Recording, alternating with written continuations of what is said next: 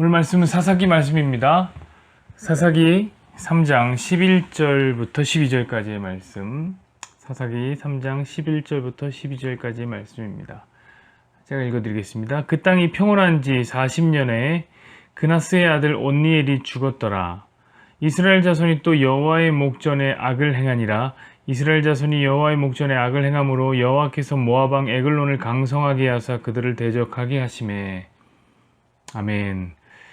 오늘은 이 말씀으로 천겹의 성경 첫 번째 시간 밀푀유 나베의 교훈 이라는 오늘 저녁에 밀푀유 나베를 먹고 싶은 말씀 전하도록 하겠습니다. 여러분, 나이가 많으신 어르신들은 다 비슷해지는 것 같습니다.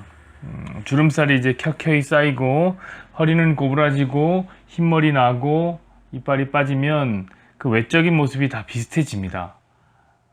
그리고 하시는 말씀도 다 비슷해집니다. 인생 다 거기서 거기요, 이 말씀 하시죠.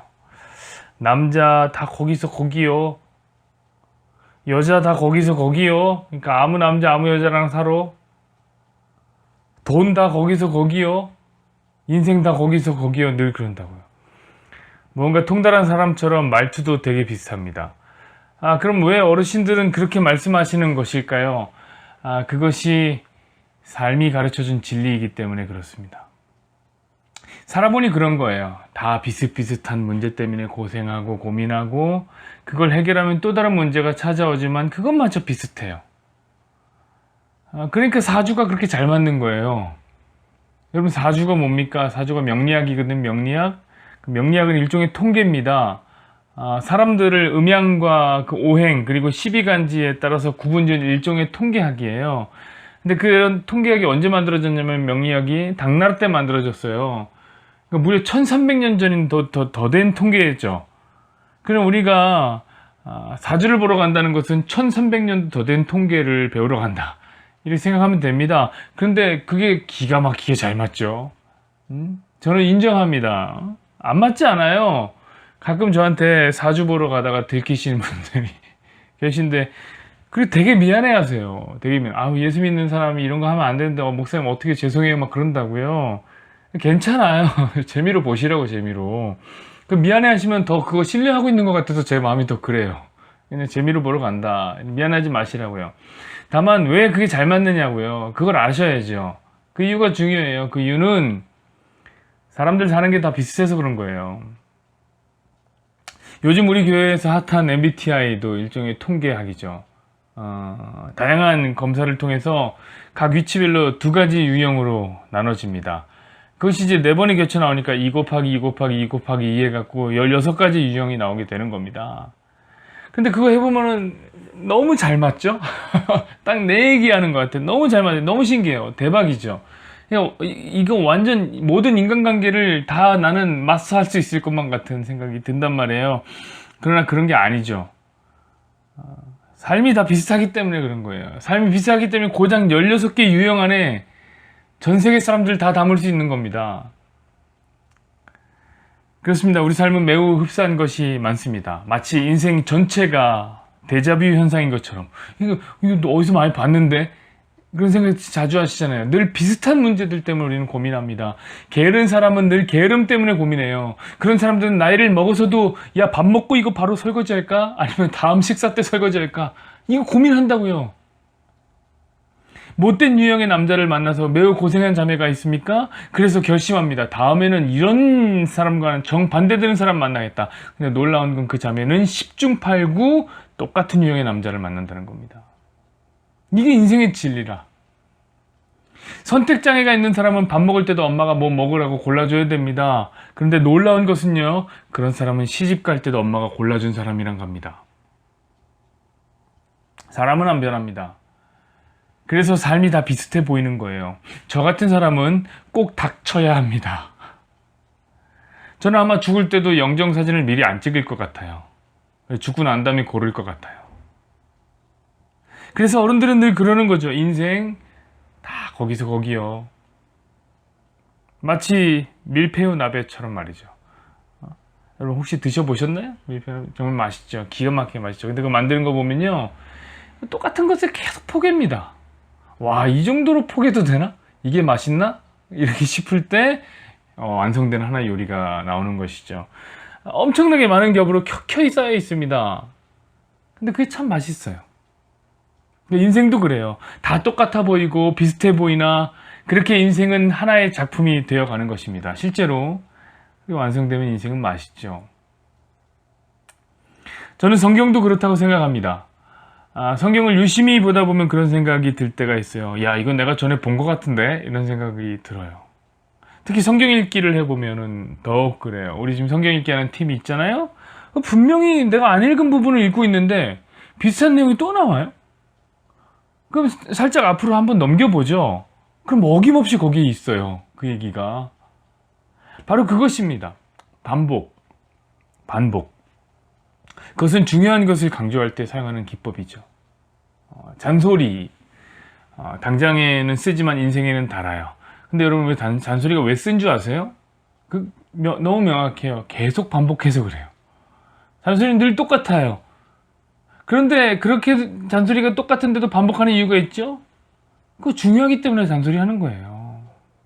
그래서 성경학자들은 성경을 뭐라고 부르냐면 나선형 구조라고 그래요. 나선형 구조 계속 이렇게 도는 거잖아요. 계속 반복된다는 거예요. 그러나 단순 반복해서 멈추지 않습니다. 나선형 구조란 게 뭐예요? 계속 발전. 어디론가 명확한 목적을 향해서 나선형을 돌리면서 반복합니다. 그 목적이 뭘까요? 두 말하면 입 아프지만 저는 반복해서 말해야 되겠습니다. 그 목적은 바로 예수님입니다. 예수님. 저는 이번 주에 이 성경 속에 나오는 이 밀폐유 나베와 같이 반복되는 개념을 소개하려고 합니다. 바로 그 1000겹의 반복을 가진 1000겹의 성경에 대해서 논할 것입니다. 그 밀폐유라는 말이 프랑스 말로 그 1000겹의 나뭇잎이라고 하잖아요. 오늘 본문인 사사기에는 특히 밀폐유 나베를 많이 닮아 있죠. 계속 반복되는 이야기가 나옵니다. 오죽하면 이 사사기를 뭐라고 부르면 사사기 사이클이라고 부릅니다. 인간이 죄를 짓습니다. 하나님이 진노하시고 심판하십니다. 그럼 또 너무 아파서 인간이 회개를 하죠. 그럼 하나님이 그들의 기도를 들으시고 사사를 세워 그들을 구원합니다. 이 사이클, 타락, 심판, 회개, 구원, 이 사이클이 계속해서 반복이 되는 겁니다. 사사기를 보면 징그럽게 많이 반복합니다. 그래서 사사기를 계속 가만히 읽다 보면 처음에는 이스라엘이라는 민족 자체에 혐오감이 들어요. 아니 어떻게 이렇게 계속 같은 실수를 반복하지? 이런 생각이 든다고요. 바로 그런 포인트, 반복되는 실수에서 실망하는 것이죠. 그런데 이런 반복되는 실수가 성경 전체에 나온다는 거 여러분 아십니까? 이스라엘이 타락합니다. 하나님 그들을 심판합니다. 그들이 회개합니다. 하나님이 민족의 지도자를 보냅니다. 그래서 그들을 구원합니다.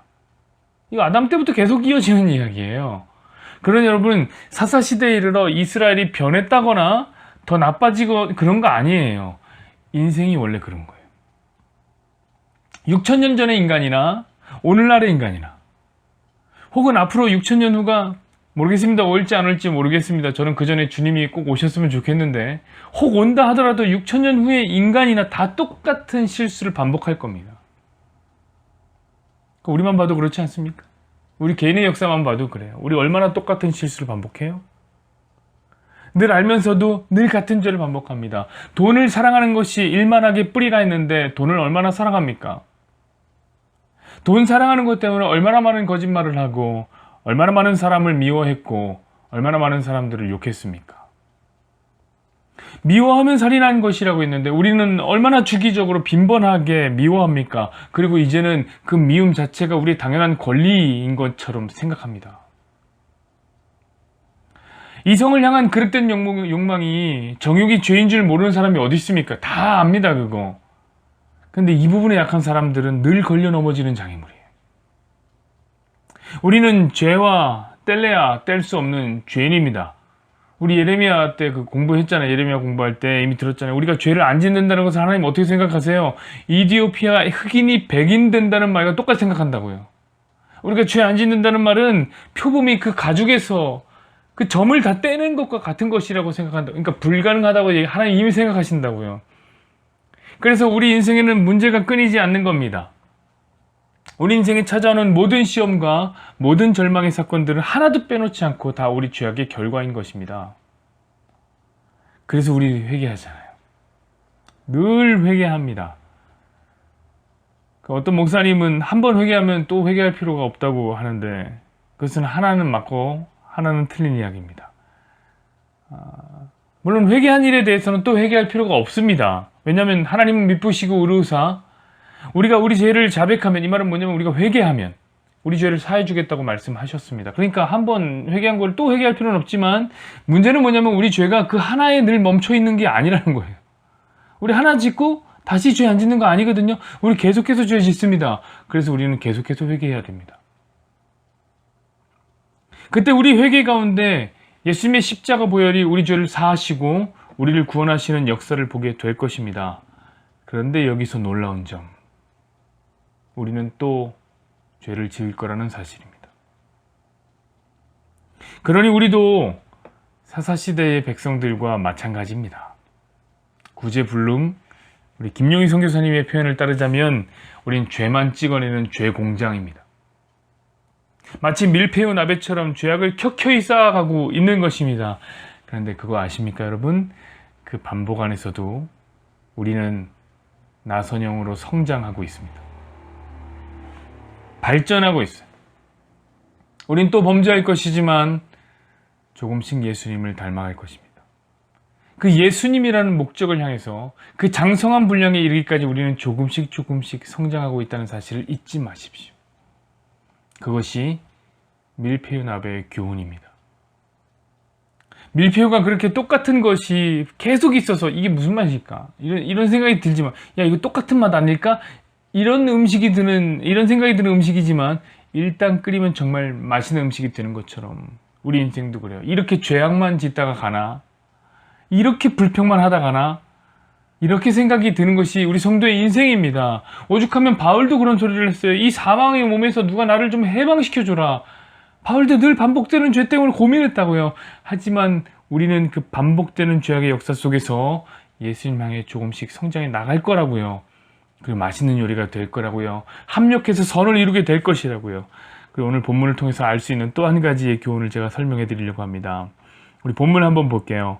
그 땅이 평온한 지 40년에 그나스의 아들 온니엘이 죽었더라. 이스라엘 자손이 또 여호와의 목전에서 악을 행하니라. 이스라엘 자손이 여호와의 목전에 악을 행함으로 여호와께서 모압 왕 에글론을 강하게 하사 그들을 대적하게 하시매. 자, 여러분, 모든 사사들은 구원하시려 이 세상에 오실 메시아를 닮아 있는 메시아의 그림자입니다. 사사들이 그래요. 전부 다 예수님의 그림자 모형입니다. 사사기를 보시면 아시겠지만 이게 계속 반복된다고요. 어떤 게 반복되냐면 사사가 죽으면 죄악의 역사가 시작된다. 오늘 그 얘기를 하잖아요. 온니엘이 죽으니 백성들이 여호와의 목전에서 악을 행했다. 여러분, 이건 역시 밀푀유 나베의 교훈입니다. 반복되는 교훈이에요. 우리가요, 우리 삶에서 예수를 잃어버릴 때, 우리 삶에서 예수가 죽을 때 우리는 여호와 하나님의 면전에서 당당히 죄악의 역사를 반복할 것입니다. 그러니 늘 예수님 잘 믿기를 애쓰시는 저와 여러분이 되기를 바랍니다. 제가 언제 여러분 설교 때 다른 얘기 합니까? 또 예수님이죠. 예수님 잘 믿자. 예수님 잘 따라가자. 예수님 우리 삶의 주인으로 모시자. 여러분, 우리 삶에 예수님이 없어지면 그때부터 죄악은 또 시작됩니다.